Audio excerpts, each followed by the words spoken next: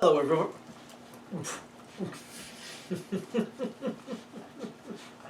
Hello, everybody. Welcome to 10 Minute Reviews. This is Freya.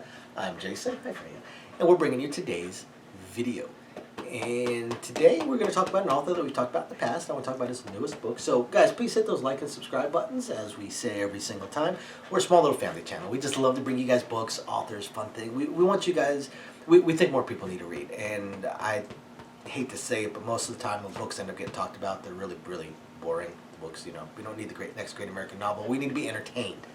So, I want to talk about Dante King, whom you guys know I am a huge fan of, either as the Dante King name or the DB King, his less wink wink, nudge nudge, brown chick, brown cow type of books.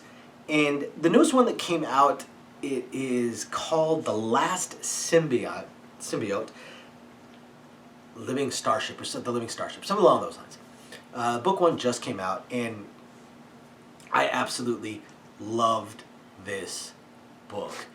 I'm going to talk about the good, the bad, and the ugly. There are some things, there are a couple things was not a huge fan of, and one thing I was an absolute, that just absolutely sold the book for me. So I'm going to go kind of out of order.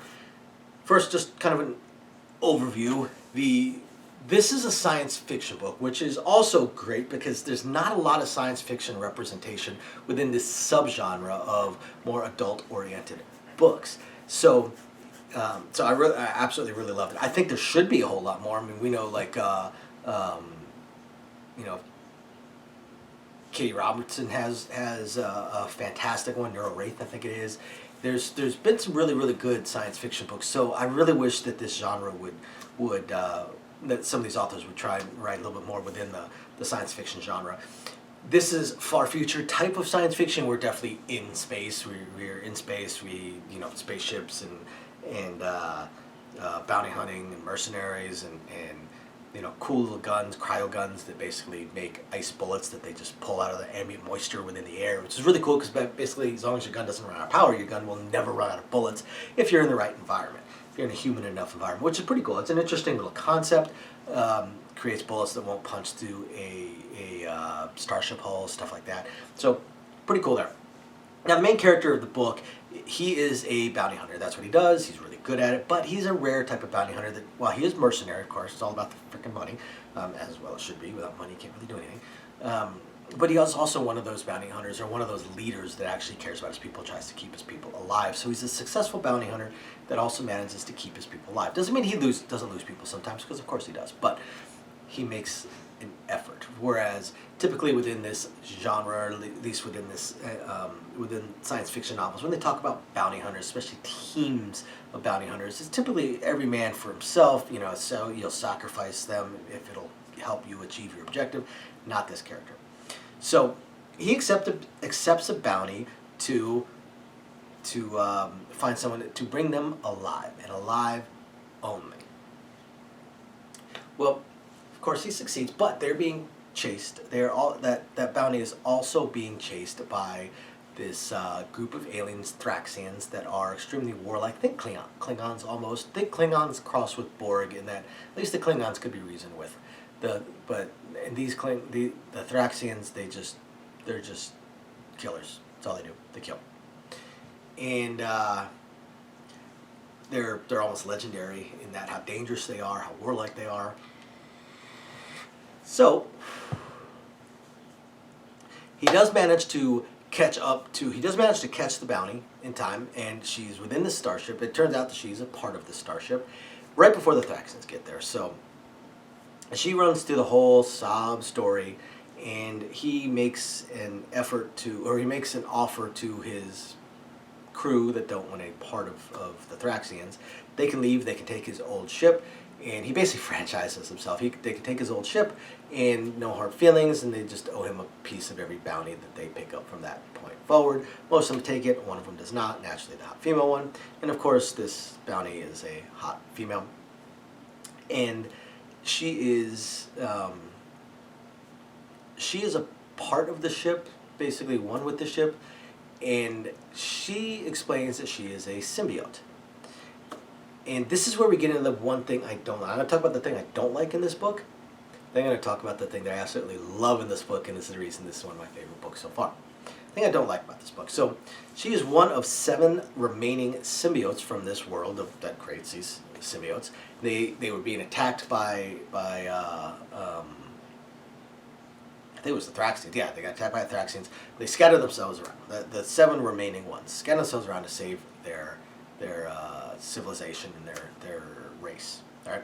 So they asked our hero to go find the rest of the symbiotes and try and bring them together to save themselves. Now, of course, near the end of the book, you get into this even bigger plot, even bigger, the usual universe-ending kind of threat. But here's the thing I don't like about this. So the symbiotes, naturally, they have to bond, and with this particular subgenre, we know how they need to bond with the characters. So by bonding with him, every symbiote has their own unique power.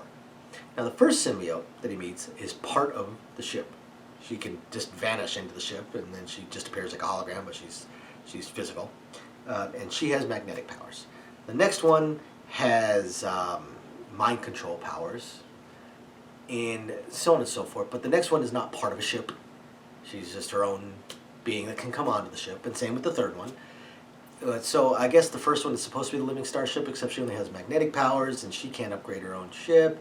And as each one of them, as he bonds with each one of these symbiotes that he meets, he only meets a few of them so far, they have bits of code that then open up upgrades to the ship. And this is the thing that I don't like. We're in this science fiction universe, a science fiction book, and I love science fiction. And yet, there's no logic. The whole physical bonding thing, that's fine. That's whatever. That's got to be part of the book because that's the kind of subgenre it is. But there's no logical reason for anything else other than magic. There's no other science, even vague pseudoscience-y explanation other than magic. So we're immersed in this science fiction world of advanced spaceships and armor and weapons and sensors and stuff like that.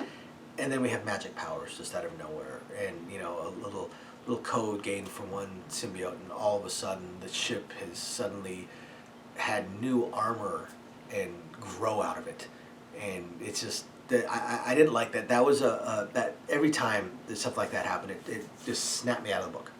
But now I'm going to get into what I absolutely loved about the book, the dialogue. I love Dante King's books.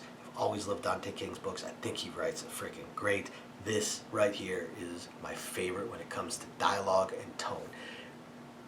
I am not kidding when I say probably every 5 to 10 pages I actually laughed out loud at some piece of dialogue or some metaphor or something that was said or done, or just a description he wrote.